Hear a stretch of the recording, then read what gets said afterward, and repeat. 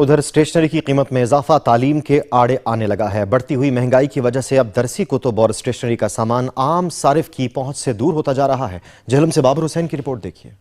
हालिया महंगाई के तूफान की वजह से बुक सेलर्स के ताजर भी ना बच सके। दरसी कुतुब, कागज और स्टेशनरी के सामान की कीमतें तारीख की बुलंद तरीन सतह पर पहुंच गई हैं। बुक सेलर्स इस सारी सूरत हाल की वजह से शदीद परेशान है। तलबा और तालबात जो कि किताबें और स्टेशनरी का सामान खरीदने जब बुक सेलर्स के पास जाते हैं तो कीमतें सुनकर परेशान लौटते हैं। ऑक्सफोर्ड का इदारा सबसे बड़ा पाकिस्तान में है। उन्होंने तकरीबन 25% बुक्स के रेट प्राइस बढ़ा दी है। इसी तरह टेक्स्ट बुक तो अभी नहीं बढ़ी, वो ज़ाहिर आइंदा बढ़ेगी। कागज़ की पोजीशन ये है जनाब, अल्लाह 100 रुपये किलो था, आज 200 रुपये हो गया है। 50 वाली कापी जो है 70 रुपये हो गई है।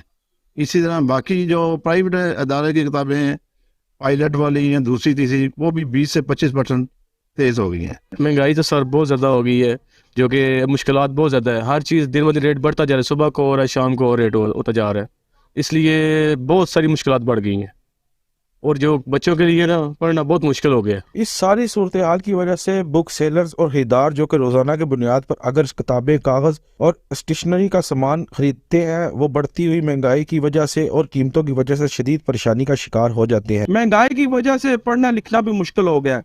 किताबों के ताजर बुक सेलर इस महंगाई की वजह से काफी परेशान है। वो मुतालबा कर रहे हैं कि हुकूमत फौरी इक़दाम करे ताकि इनकी कीमतें नीचे आ सकें। कैमरामैन सैनली के साथ बाबर हुसैन, ब्यूरो चीफ सच न्यूज़, जहलम।